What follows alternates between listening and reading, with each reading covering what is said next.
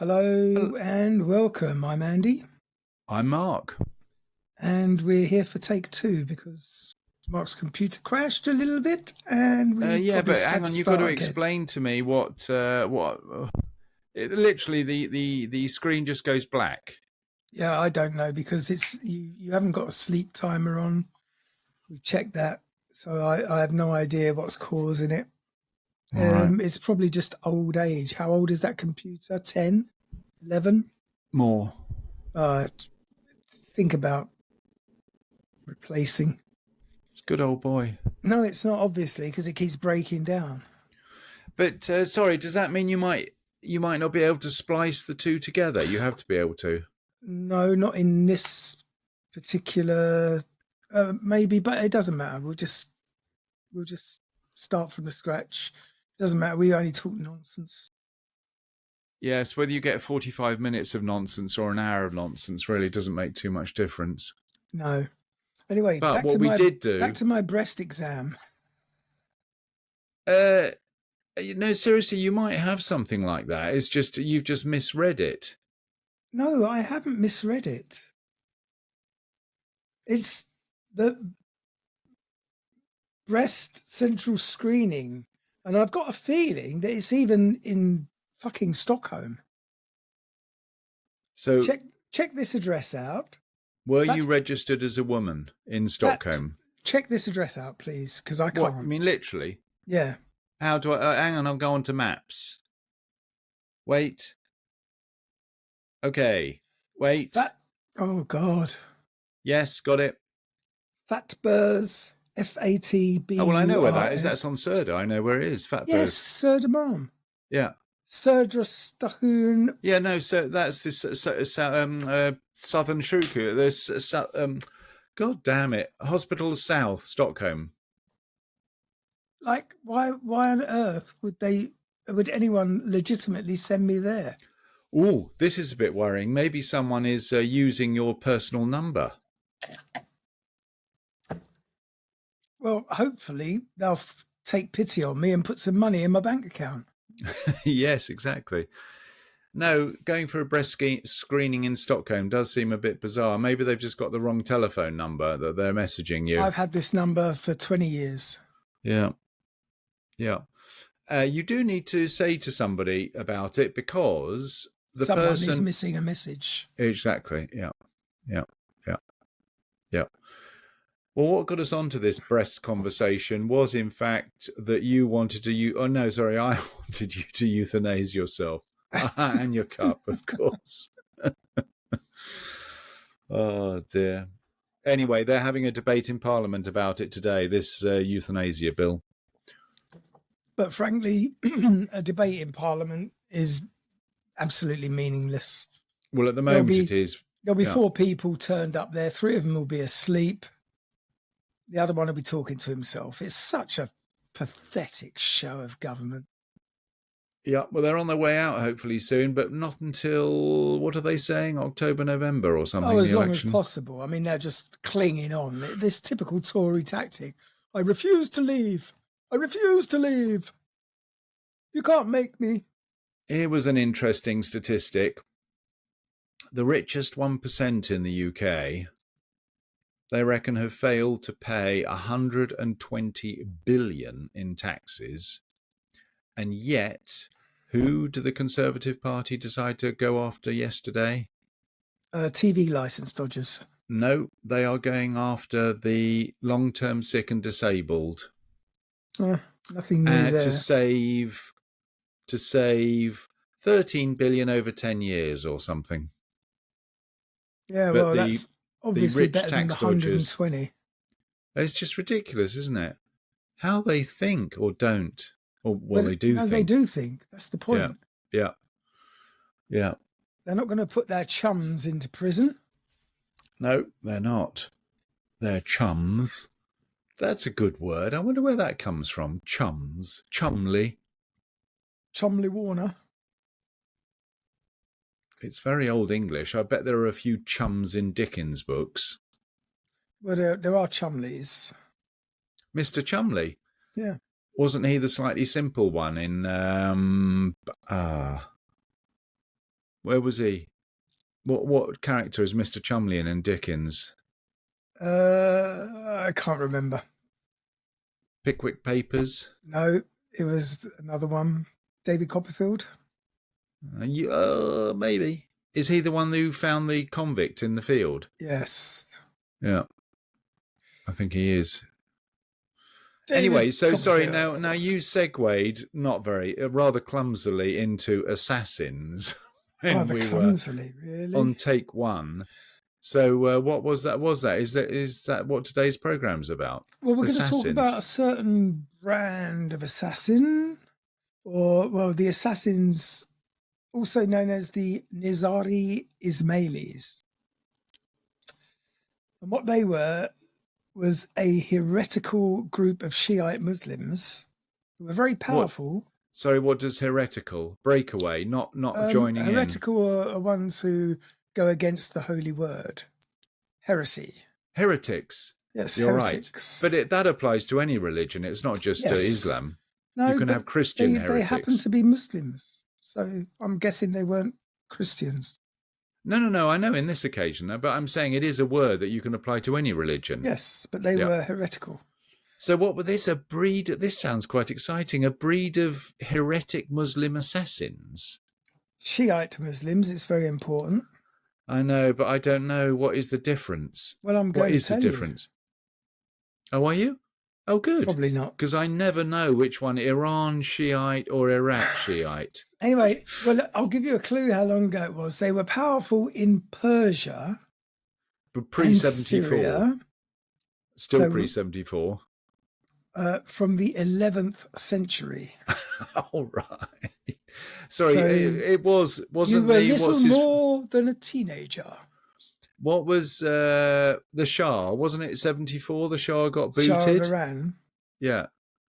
Yeah, it was about 74. Or was that Portugal? 74, 75. No, Portugal was 74. I might be confusing Portugal and Persia. They both begin with P. An easy mistake to make. God. What happened? What were these people called? Nizari Ismailis. Nizari Ismailis.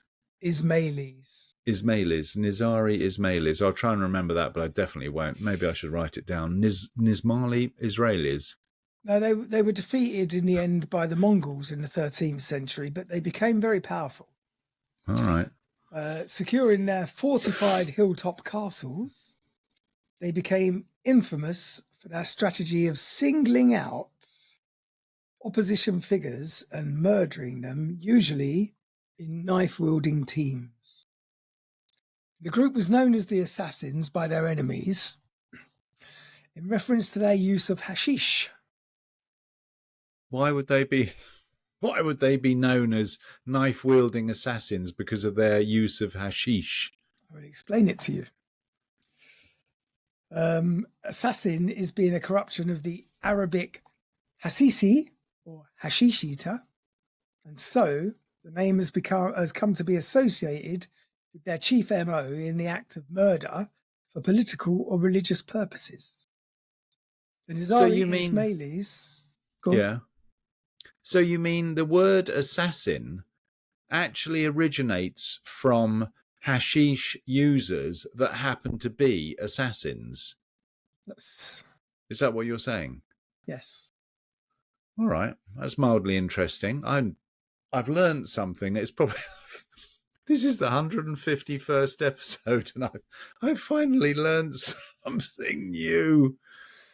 That's mildly interesting. Really, is that right? The word assassin comes from hashish users that happen to be assassins. There is a Latin derivative as well, but certainly for that Arabic language, that's their derivative. Well, and they were around long... no, they weren't around. Sorry, did you say the 11th century? Yeah, so the 1000s. So that's after the Romans?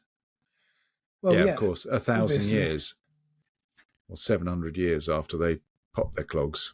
And the Nizari Ismailis continue to exist as a branch of Islam today. Today? Yes. Are they hashish users? Well, Yes, they ate powdered hemp leaves, which I've already contain forgotten. Nizari Nizari Ismailis. Igmailis. Is Mailis. Ismailis. I've got it written down now. I won't forget it. Okay, I mean, I've lost myself completely. You said they were still around today. It's like trying to kickstart a BSA.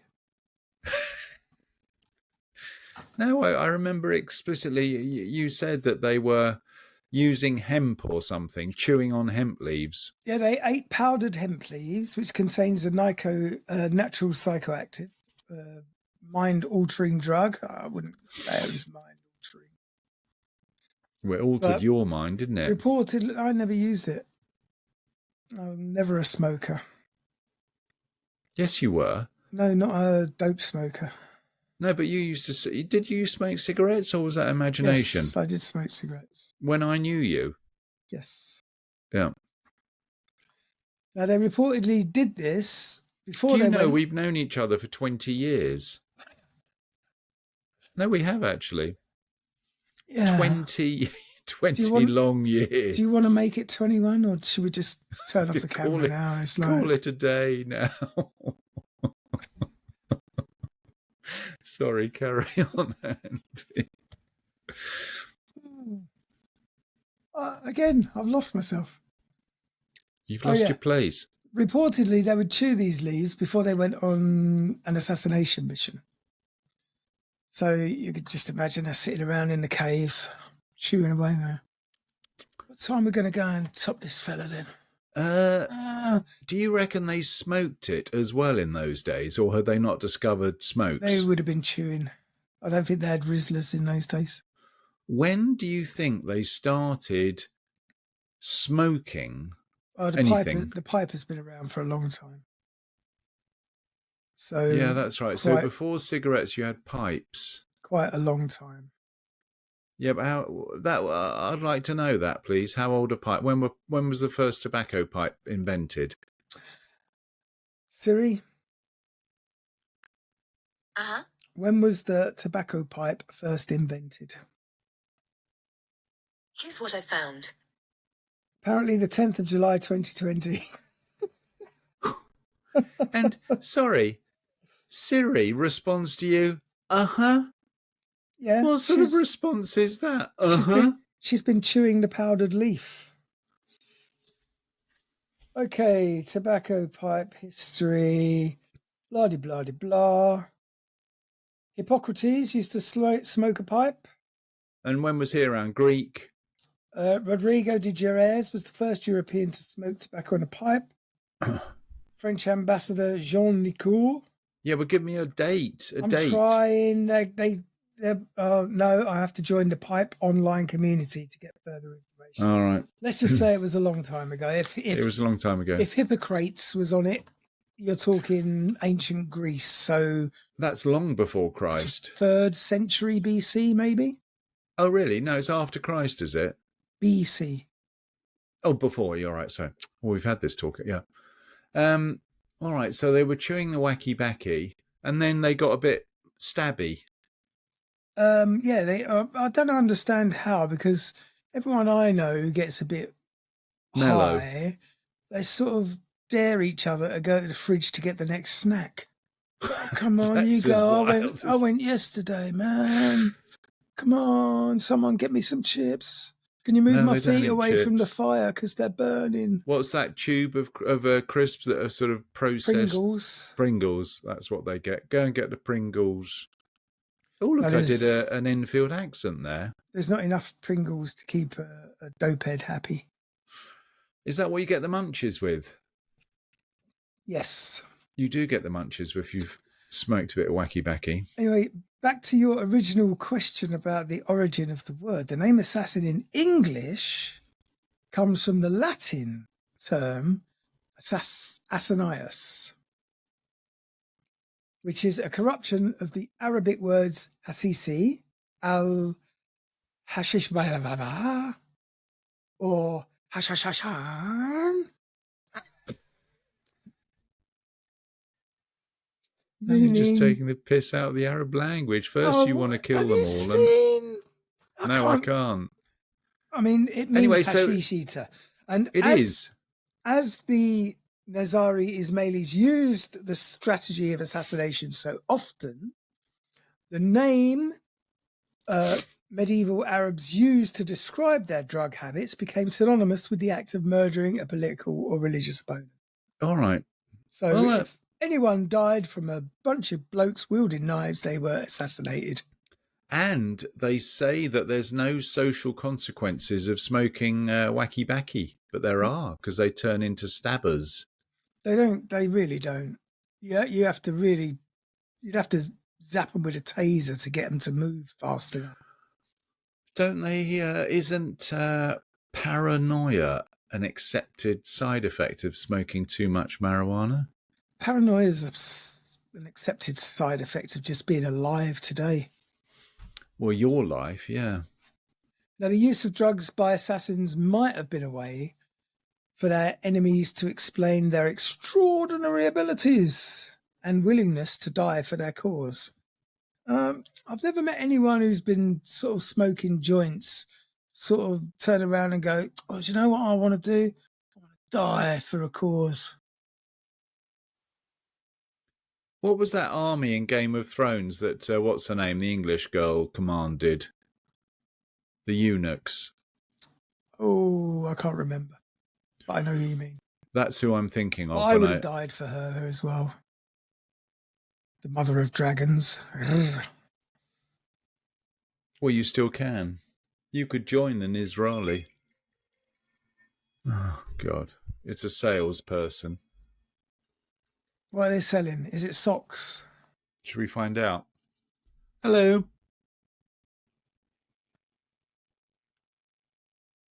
Telenor. No, not today, thank you. But thanks for calling. Cheers, bye. Oh, Telenor. What TV packages do you have?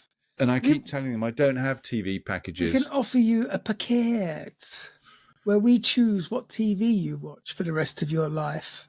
I fucking hate that.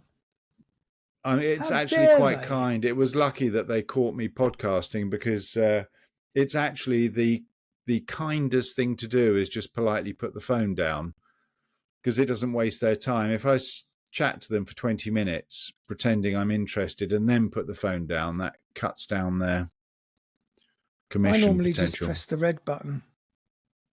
Disconnect the call. Even though, oh yes, once you found out who they are. No, before I answer. Fuck off. Well, you don't know. It could be some friend who's If lost contact. if your name doesn't come up, I ain't answering the phone. Because this country is rife with sales calls. I've never known anything like it. No, England is now far worse. England is worse now. Don't phone my personal phone to annoy me. It's just not what it's for. Anyway, well, actually, you could join an Ismaili, and get your own back on them. Yeah, Did possibly. they have a particular type of knife that they used? Yes. Sharp. Usually metal, pointy at one end and blunt at the other. No, but they might have had a trademark. It was the 10th century. They didn't have steel in the 10th century. They didn't have mass production either. Or is Everyone that made their own knife. Oh, here comes Goat Claw Henry. Famous for using goat claws to gouge people's eyes out with. Actually, that was a silly statement. I reckon they did have steel in the 10th century. Iron, anyway. No, well, I know Iron Age, of course, that was long before Christ, but did they have steel? I would say yes, because the samurai used steel swords. Yeah, but the samurai were post-Christ. Or maybe they were pre-Christ as well. Well, we're still talking post-Christ. No, I realise that. I realise, it's only but you said 1,000 samurai. years ago. 2,000 actually, but anyway. Oh, this is 1,000 years ago, yeah. Carry on. Oh, you're confusing the hell out of me. You're right. Carry on. Don't lose your place. The reputation for drug use could be exaggerated. or it could be a fictional demonization or an invented excuse for their unnaturally high success rate in killing people and the almost complete ineffectiveness of anyone to be able to stop them. 13th century BC, modern day Turkey. What? Steel. Okay, so they didn't have steel. Now, the Ismailis were a Shiite Muslim... BC. Oh, before. 13th century BC, Okay. yep. I get confused now because they've changed AD to CE for some reason. I don't even know what that means. What's CE? I thought that was kind of a kite mark. It is. Yeah, but everything now is, or maybe that's before, I don't know, but you don't see AD or BC much anymore. You see CE. Christ Exitus. Or Christos Exterminatus. That'd be AD, wouldn't it? After he was exterminated. I'm going to look it up. Carry on. So the Ismailis were, as we say, a Shiite Muslim sect formed in the 8th century after they split from other Muslims over their adherence to Ismail. Ismail was the eldest son of the 6th Imam, Jafar al-Sadiq. And the Ismailis believed that Ismail, despite predeceasing his father, had already been nominated by his father as his successor. Therefore, the next Imam was to be Ismail's son, Muhammad al-Mahdi, as opposed to the Orthodox Shiite support for Ismail's brother, Musa al-Kazim. Now, for this reason, the Ismailis are often referred to as the Seveners, because seventh son. The Ismailis awaited the arrival of the Mahdi, or the rightly guided one, who would restore peace and justice. Sorry, are you telling me that the difference between the Shiite and Sunni Muslims is just which brother? It's a disagreement over the succession rights. No. Yes, I mean, it's not enough that you argue over which fairy in the sky you're going to follow, but then you argue about which one of the brothers or the sons is going to be the voice of the fairy in the sky. Is that right? Is that right? So the difference gets very complicated. Well, it doesn't. It's so stupidly simple that they can argue about it. Anyway, right, well, that's answered one of my questions. And then the next one is, which way round is it? Who's who? Anyway, carry on. Well, so sorry, these hashish smoking assassins, are they the Sevens? They're the Shiites. They're the Ismailis. They're the Shiites. Shiites. Right. They were seen as heretics by other Muslims, not only by other Shiite Muslims, but also the Sunnis of the Abbasid Caliphate based in Baghdad. And I have a feeling we're absolutely murdering Islamic history. I can't imagine any Islamic scholar is listening to us jabbering on, but he's probably having a good laugh about how ignorant Westerners are. Well, not Westerners, but they're atheists. Ignorant themselves about it, because if you have to have imams and scholars to teach people the intricacies of their own past, I mean, it's just propaganda, isn't it? Mostly. Religious propaganda, yeah, but the Christians do the same. They have priests and bishops and God knows what else. And tell you fables and try to convince you it's true stories. Carry on. Where did we get to? Not very far. In the late 11th century, the Ismailis themselves split into two groups. God. After a dynastic dispute, so another brotherly love thing, and their disappointment of the Ismaili-run Fatimid Caliphate, which was 909 to 1171 CE. Oh, that's what I was looking up. Yes, carry on. Then based at Cairo, for some reason, to progress their ambition to dominate all of the Muslim world. The eastern-based branch of the sect, the Nizari Ismailis, were named after their preferred candidate for the caliph, Abu Mansur Nizar. And the Nizaris were more militant than their rival Ismaili branch, and it was they who became known as the assassins. The Nizari Ismailis were first led by a missionary from Egypt, Hassan ibn al-Sabah, and he set up bases in Iran and formed a new political religious community, much like the European orders of the medieval knights. So they had their own version of the Templars, I guess. You're never going to guess what CE stands for. Culturally equal. No, it stands for Common Era. Oh, kiss my fucking So, arse. in other words, because the Gregorian calendar has superseded all other calendars, but they don't want to imply it's only Christians, they have. Oh, it's just. It really is. That's taking word censorship to a new high. Well, Or common. I mean, it's Common Era or before Common Era. So that answers. So BC is actually BCE now, before Common Era, or CE Common Era. That, I mean, it doesn't even make any sense, because then someone is going to say, "What is a Common Era?" Oh, the death of Christ.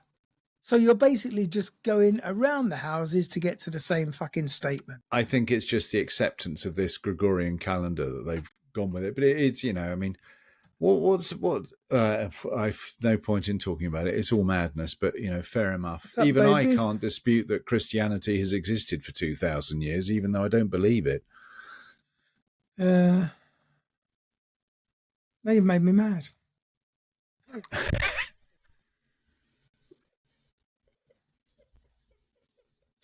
Oh, I'm sorry, Andy. I've got you riled, and it's only for the listeners. It's only 10:30 in the morning, and you've got to go to work this afternoon.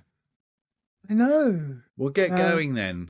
Now the members. We've had a split and a split and a split, and now who are we left with? We're split all over the place. There's splitting going on everywhere, and the members of the new religious community were educated, trained, and initiated. And then they were ranked according to their knowledge, reliability, and courage. Are we talking about murdering ability? I guess. Or religious scripture ability sort of stuff? I think murdery rather than religious.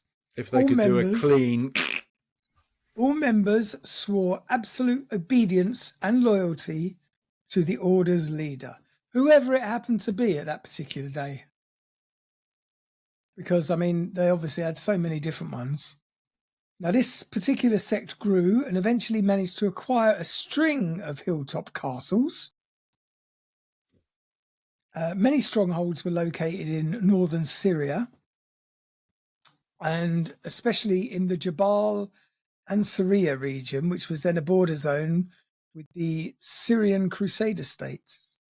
And these acquisitions included the fortress town of Masyaf in Syria, which effectively became the Nizari capital of an assassin mini-state, and the failure of the Second Crusade to retake Edessa from Muslim control and led to the destruction of two armies commanded by the German king, Conrad III, and Louis VII of France.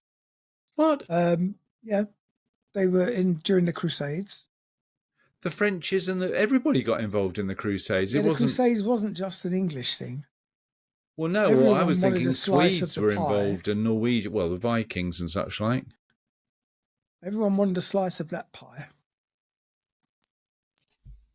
I wonder why. And because of the destruction of these armies, it permitted the Nizari Ismailis to remain unchallenged in northern Syria, although they did occasionally pay tribute to the Crusader states to maintain their isolation and even support them in their war against the Sunni Muslims of the region.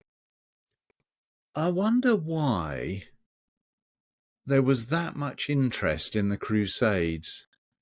It was religious fervour. I mean, it was the time of the Reformation and Spanish Inquisitions and all Spanish of that. Inquisition's gold. I mean, it was all about acquisition of wealth and expansion of borders. Yeah, but the thing is, there was nothing there. There's no minerals in the Middle East other than oil, which they didn't even use in those days. So it couldn't have been that. What was the wealth? Because it's all about money. What was the wealth driving factor that caused the Crusades? Spice trade, maybe. No, but the spice trade had been long. Silks. No. They must have had something. What Well, did they do with their time all day? No, seriously, what does the Middle East have other than oil that is wealth generating? A few peaches, a few dates. What natural resources are there in the Middle East outside of oil? Sand. Sand. And they didn't even have microchips in those days that need a bit of silica. Anyway, sorry. So they've got their own little state. They've got their castles on the hills. They go around murdering after a bit of smoking the wacky backy. So by the 13th century, they'd spread. And then when Nizari Ismailis in Egypt, Syria, Yemen, southern Iraq, southwest Iran, and Afghanistan. Although they remained essentially isolated from their enemies and each other, but they were at least well protected in their impregnable castles. They used to build them of stone and then have wooden bits on the top, and they would booby trap them. Booby trap them? What with? Boobies. I don't know. Arrows. You'd touch a piece of wood and suddenly an arrow would shoot through your head. Rumours spread, however, of their existence, and the head of their sect became known to the West via the Crusaders as the Old Man of the Mountain. Old Man of the Bottle? Mountain. And this title was particularly associated with Sheikh Rashid al-Din Sinan, one of the most important of the mountain retreats was Maimon-Diz, located in the north of the Alamut Valley, south of the Caspian Sea. It was also known as Alamut Castle, or, as we would know it, the Eagle's Nest. Here's a question for you. When was Alexander the Great knocking around? Should know this from his television documentary. Well, we did a bit on Alexander the Great a few weeks ago. We did. That was around about 1100, wasn't it? I was wondering if they were knocking around at the same time. Yeah, it was around. I'm pretty certain it was around that time. I wonder if they ever met. That would be like Batman and Superman meeting, wouldn't it? Oh, no, actually, no, they must have been earlier. In modern parlance. They must have I'm been so earlier. good at looking up things now.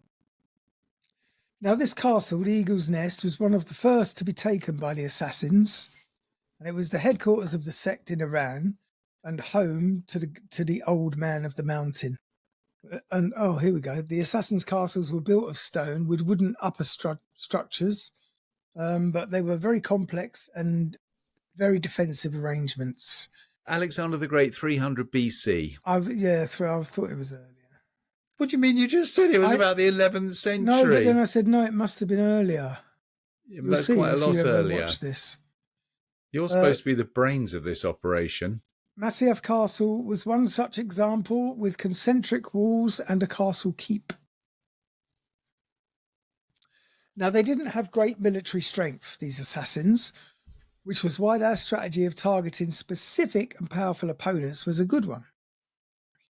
The weapon of choice for assassination was always a knife, and the mission was usually carried out by a small team, sometimes in disguise as beggars or monks.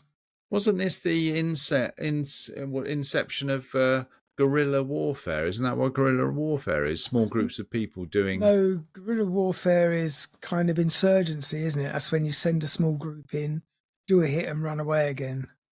Well, that's what you're describing, isn't it? No, I'm describing assassin because they're not doing a small hit. They're actually going after one target. Guerrilla warfare, you would blow up an oil refinery or something and then get out ski All or right, so or it cut off a wouldn't. supply line. All right, now I thought it might apply to eliminating the leader's snake's head.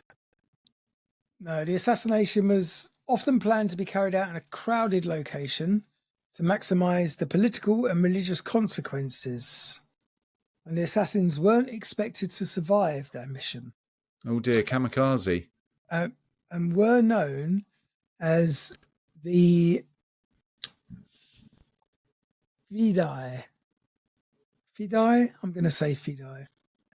Or suicide commandos. Martyrs.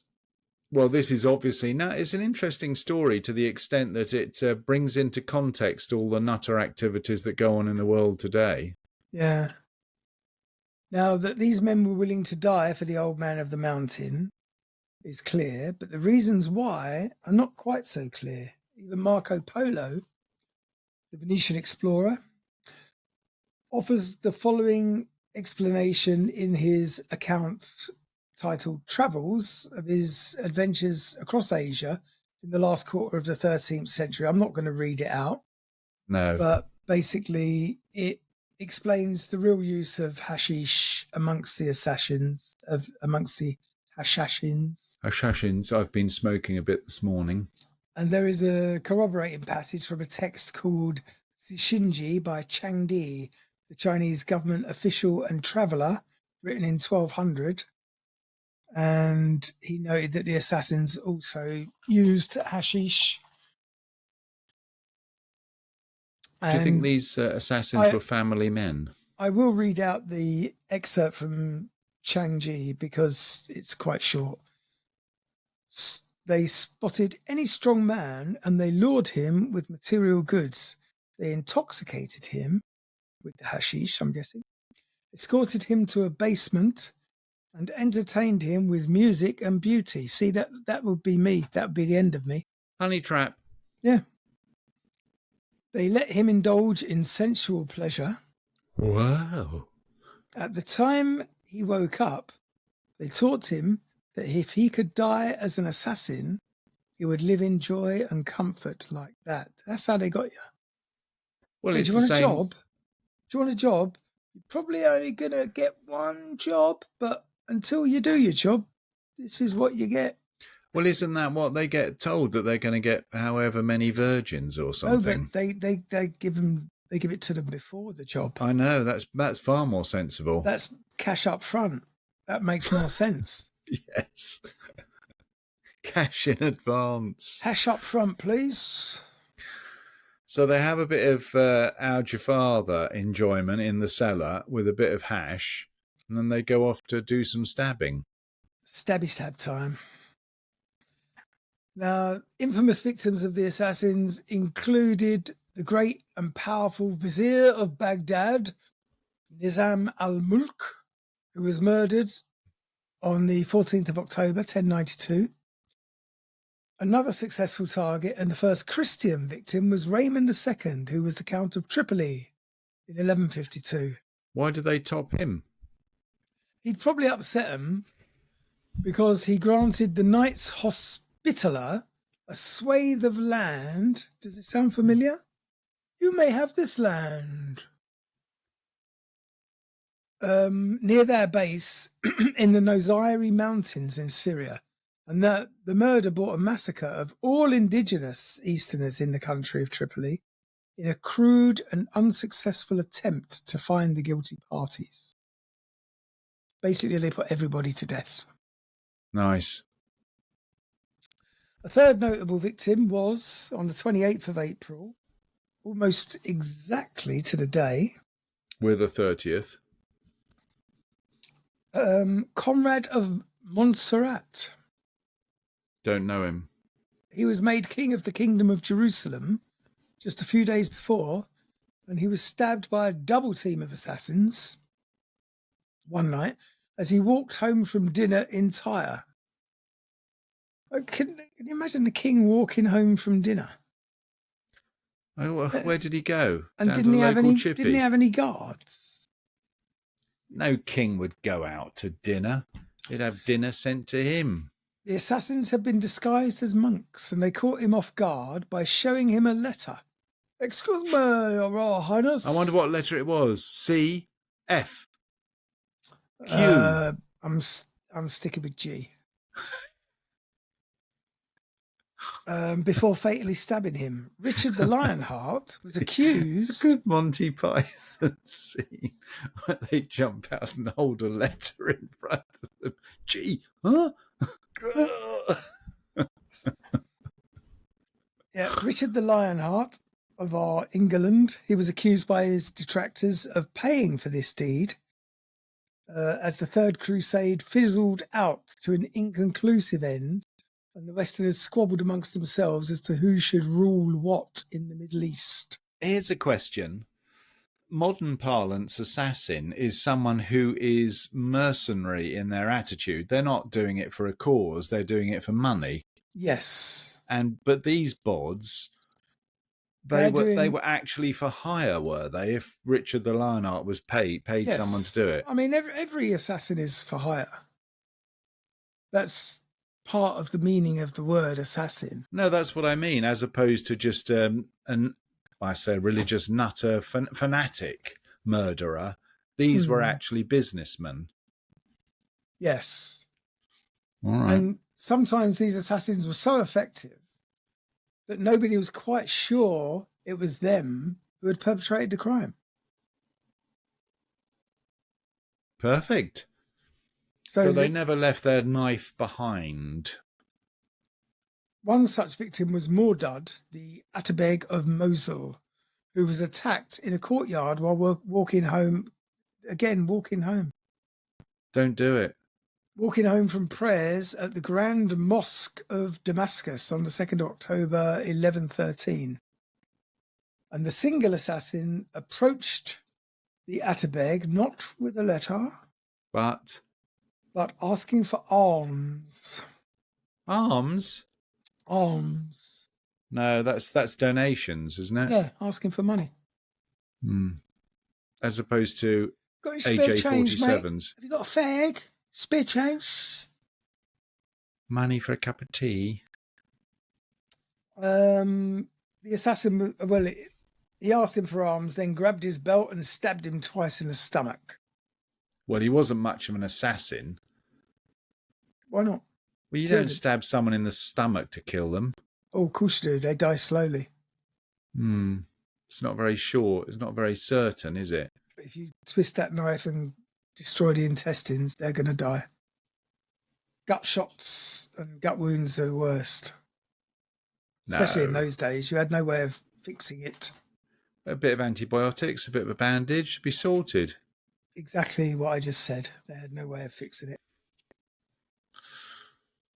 This assassin was caught and beheaded, and his body was burned.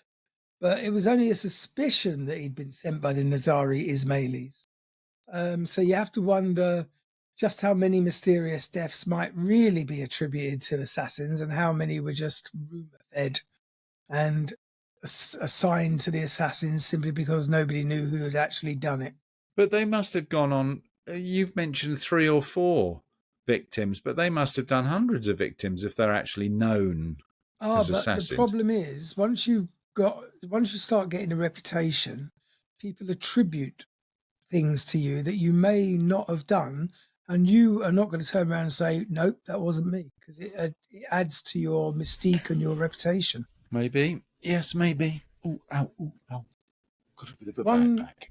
Close to being a victim was Saladin, Sultan of Egypt and Syria. Saladin, I've heard of him. Saladin, yes. Maladin. And he was a Sunni Muslim, and he'd earned the assassin's wrath by publicly proclaiming that all Muslim heretics would be crucified. The assassins responded in their tried and tested way, and twice, though assassins failed to kill their target. First, in 1175, a group of 13 failed to get close to their victim. The second time, in 1176, 4 assassins only managed to pierce Saladin's cuirass and slash his cheek before they were butchered by the Sultan's bodyguard. So going back to this Sunni and Shiite thing, were the Sunnis first then? And then the Shiites arrived? Or was it basically that if it was two brothers... Oh, you see what I mean? I don't know. I'm not going to get into that. Because if you look at Christianity, you got the Roman Catholics and you got the Protestants. But, I mean, the Protestants arrived Protestants centuries. are like last year. Exactly. And that's what I thought the Sunni and the Shiites were about. Protestants are basically Henry VIII, aren't they? Yeah. Church of England. Yes, Church of England is Protestant. Yeah, no, but you've got, what about that Luther fellow in Germany? That's Lutherans. Yeah, Protestant, Lutherans. Are they Protestants? Yeah. I mean, Protestant is just basically someone who protests Catholicism. Well, it's a Christian, it's a non-Catholic Christian. Yeah. Yeah. Protestant. And you get Orthodox. Yes, Orthodox Christians who are very, very dangerous. Are they? Or they'll take you to church with them at the drop of a hat. Where Russian Orthodox? Russian Orthodox, again, Christians. No, I realise that. I'm just wondering where the Orthodox Christians, Greece, Russia. Everywhere. I mean, Bosnia, Serbia. We don't get Orthodox Christians in the UK, do you? Because they I all would turned imagine into you do. Presidents. I imagine you do. Protestants. Especially today. There is probably quite a few Orthodox places of worship. Maybe. Considering the amount of Serbians and Eastern Europeans that we have. So other than the stabby bit, I wouldn't have mind being a Ismaili, Nazreli. Well, Saladin did mind, and he responded emphatically to the attempts on his life by at first ravaging the countryside around Masyaf and besieging the castle for a week. This is after they cut his shirt. After they tried to stab him in the face and the chest. So then the campaign was strangely abandoned after a week. And an explanation for that turnaround might have been the story that the assassins had stolen into Saladin's tent at night, but instead of killing him, they simply left a knife under his pillow as a warning of what so easily might have been. I thought you were going to say something else there. What did you think I was going to say? You can do all sorts of things with a knife in bed. Oh. Now, an alternative version of this story, which comes from an Ismaili text, is that the assassins left a poisoned cake under the Sultan's pillow with a sinister note, because you'd eat that. If you woke up in the morning and you found had a cake under your pillow, you go, oh, that's handy. No. Got a cup of tea, love? No one would leave a cake under someone's pillow. No, but it came with a note saying, you are in our power. Ooh. I mean, there's another version. If you want to hear So it. we've had the Ismaili version, we've had the Saladin version. Now what version are we having? This one has an emissary from the assassins granted an audience with Saladin, who stood safely behind two of his most trusted bodyguards. And the emissary then asked the guards, would they kill the Sultan if he asked them to? And they both replied, certainly. Nasty. What was life expectancy in those days? 30? 12. It was probably 30 though, wasn't it? It wouldn't have been much beyond that. Although you say that, and then all of a sudden these historical figures prop up and they were 88. Yeah. Hang on a minute. Everyone else is popping their clogs at 30 and you're managing to... How many children are dying to feed you blood? I have a feeling that the old Alexander the Great, that was a bit earlier, admittedly, I think he died in his 20s. Possibly. Right, well done, Israeli Ismailis. What was their end? How did they end? They were eventually defeated by the Mongols By the Mongols? They're in the Russians, 13th aren't they? centuries. Oh, or even Um, Mongolia. Kublai Khan, was he the Mongol leader? It's all that strange area that countries you don't actually believe Oh, exist, Genghis like Khan. Kazakhstan. Genghis Khan, that's right. He was from Kazakhstan. Anyway, Mongol herds. No, Mongol hordes. all three versions of the tale sort of have the same moral, that no person could escape the assassins if they had selected you as their target. And whichever the true version is, Saladin got the message and he negotiated a mutually beneficial non-aggression pact with the assassin leader in Syria. Well done, Saladin. So it doesn't come as a surprise that with their impressive resume of powerful but distinctly dead victims, the assassins became so feared for their effectiveness that rulers went around continuously wearing chain mail under their robes. Even Saladin, after his brush with the assassins, took to sleeping in a purpose-built wooden tower rather than a tent, and dismissing anyone from his presence that he didn't actually recognise. That would have been good for exercise. I tell you what, walking around in a chainmail costume all day long, that must have improved their health dramatically. Yeah. So, talking of the defeat, it was Mongi Khan, the great Khan of the Mongol Empire, had made his younger brother Heligu viceroy of Iran, and Heligu was given an army and told to go on a campaign to expand the empire in the west. And this he did with great success. And on the way, he defeated the assassins in 1256 by taking their previously thought impregnable castles one by one, including Alamut, or the Eagle's Nest. What technique did they use to defeat Well, these impregnable castles? the assassins had made the strategic error of carrying out one of their infamous hits on a Mongol commander, one Chaghadai, and the previous Great Khan had already singled them out as a troublesome insubordinates to the Mongol hegemony. So the Mongols were successful thanks to their technologically advanced siege machinery and their catapults, which could, amongst other missiles, throw gunpowder bombs great distances with accuracy and power. I wonder And if it was a trebuchet. No, because that would be the bloody French. No, but the French invented it, but they had trebuchet throughout this period. So They could throw some quite big balls around. In order to fire at the assassin castles perched on their mountain tops, the Mongols often laboriously climbed an adjacent peak and carried up their catapults and siege crossbows in pieces. And from there, they were able to fire across at the enemy. So they would be quite vast distances.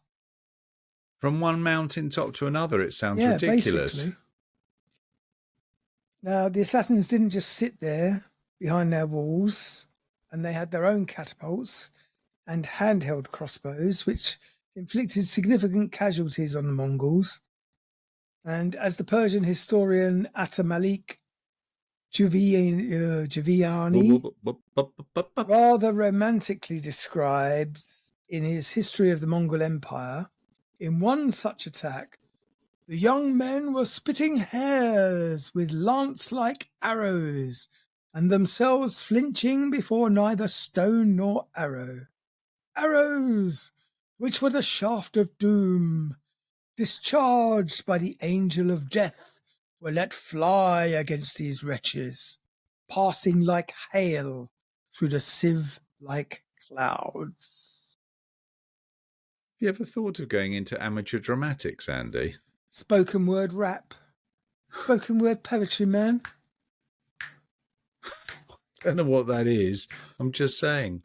You could do that. That'd be a nice social activity for you. Oh, come on. I hate people. What am I going to do? You're right. You could do a one-man show. Just for me. Yes, exactly. And now, you everybody, on the stage. It's me. Hello, me. Now, in the end, the castles were taken often helped by parading captured assassins in front of the walls, and the sect was repressed. The fact that they actually captured the Grand Master helped enormously, because they would walk up to a castle and say, "Look, we got your leader. Open the doors and let us in, or he's going to get it." Sorry, they had stonemasons in those days, did they?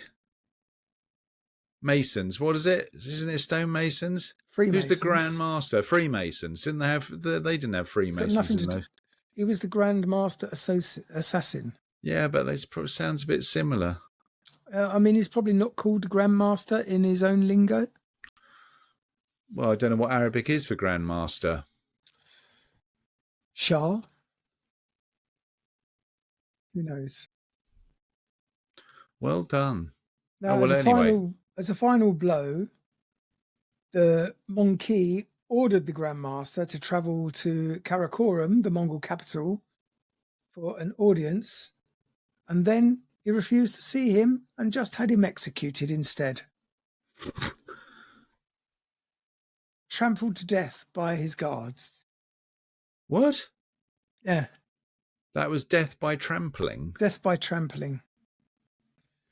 And this bloodless death was the usual treatment for a ruler who had foolishly ignored the Mongols' initial diplomatic overtures. So basically, if you didn't do what the Mongols wanted, they trampled you. That sounds a bit of a nasty old death, actually, because you must remain alive for quite some time. Yeah, and it is called the bloodless death because you don't bleed, I guess. You're just trampled and basically mulched. Not nice. Yes. All right. So that was it. So that was I've got it written down, Nizraeli Ismailis.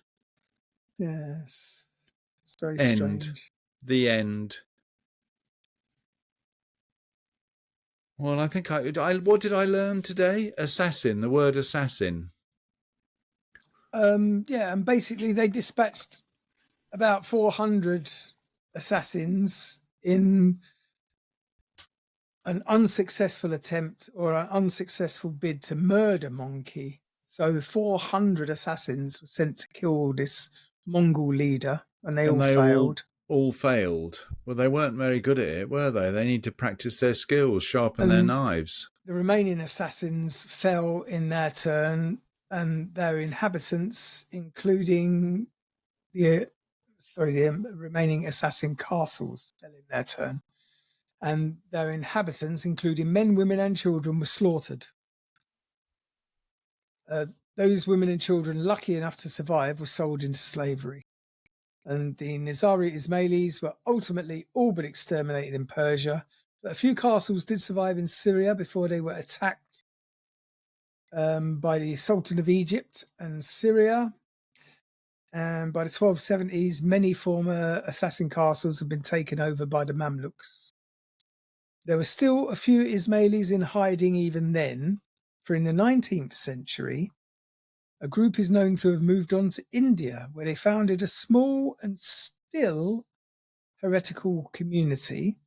And when the Mongols moved on to their bigger target of Baghdad, mainstream Muslims ransacked the assassin libraries, which hadn't already been destroyed by the Mongols, especially the famed library of Almut Castle, saving many texts, most of which ended up at Marageh, or Iran, but also burning any that related to the heretical beliefs of the Ismailis and leaving historians with just meagre and ultimately unsatisfactory textual remains with which to piece together the history of the assassins.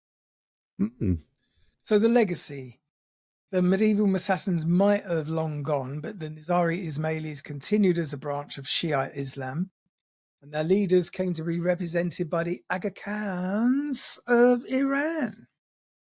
Aga Khan? The Aga Khan from 1817.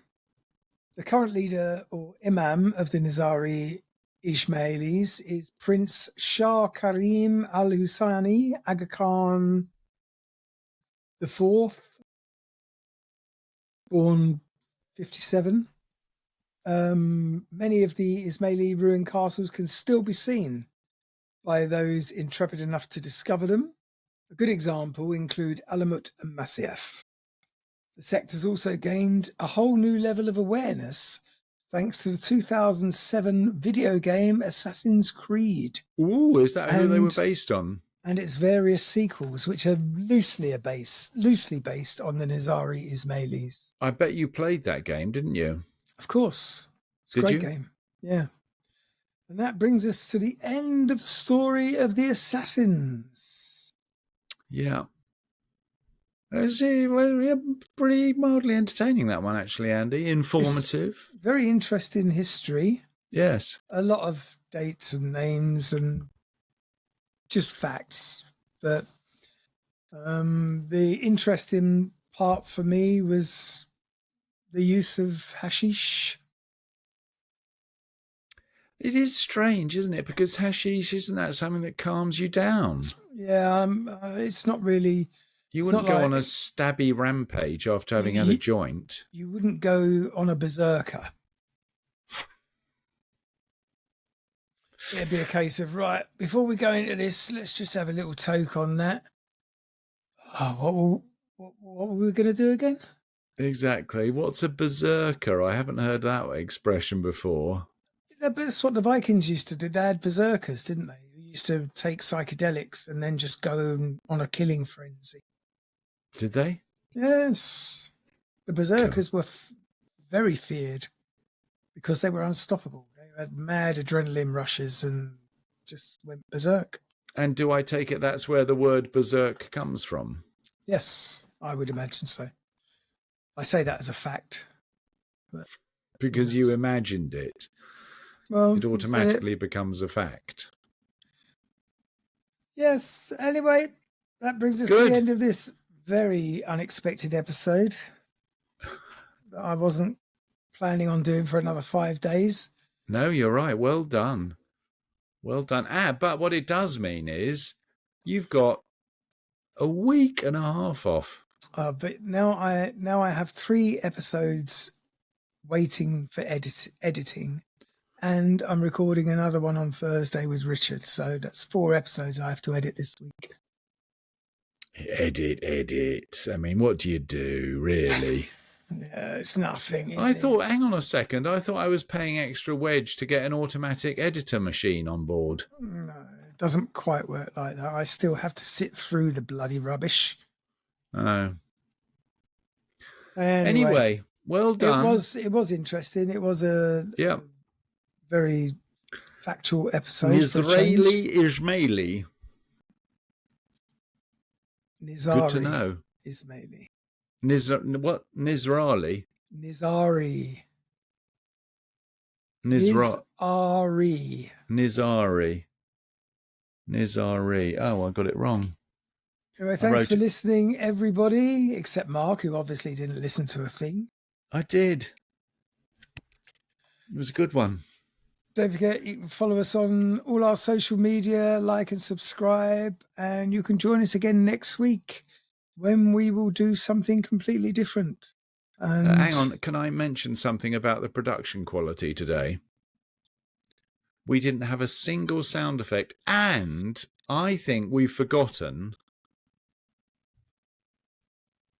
And now, a word from our sponsor. Thank you. We haven't had that in a couple of weeks either. you know why? Because I'm we so don't caught have up. any sponsors. Well, no, I don't. Well, the problem is now we're on YouTube. We very likely do. What? YouTube insert adverts willy nilly on people's videos. I'm going to have to watch one just to see. Have you who's the still old- not even looked at yourself? I have, yeah, but not in not in their entirety. Oh. I will do. There you are. All right, In thanks fact, for listening. hang Can I on just please let me finish? I need to go to All work right, and all right. everything. All right. Go for it. Bye. Thanks for listening. See you next week. Freeze Yeah, frame. me too. What?